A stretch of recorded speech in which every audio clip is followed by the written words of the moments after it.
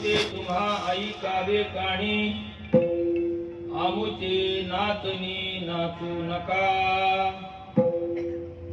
जोवरी तुम्हा मागिल्यांची आस तोवरी उदास होऊ नका तुका म्हणे काय वायाविण धिंद तुका म्हणे काय वायाविण धिंद पतिना गोविंद दोन्ही नाही जोवरी तुम्हा मागिलांची आस तोवरी उदास होऊ नका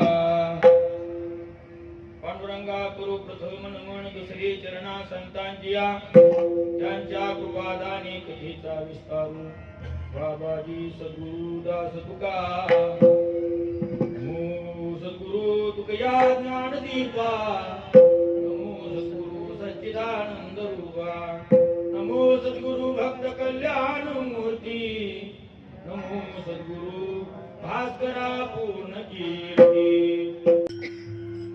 सांगतो ते तुम्ही ऐकावे काणी सांगतो ते तुम्ही ऐकावे काणी आमचे नाचणी नाचू नका जोवरिया तुम्हा मागिलांश्वास जोवरी उदास होऊ नका प्रस्तुत चिंतन रूपी सेवेकरता निवडलेला अभंग जगतमान्य जगद्गुरु तुकोबाराय यांच्या गाथा संहितेतील 3 चरणाचा विराण्या या प्रकरणातील अभंग आहे. तुकाराम महाराजांच्या गाथाचा विचार केला असता गाथामध्ये 4092 अभंग आहेत.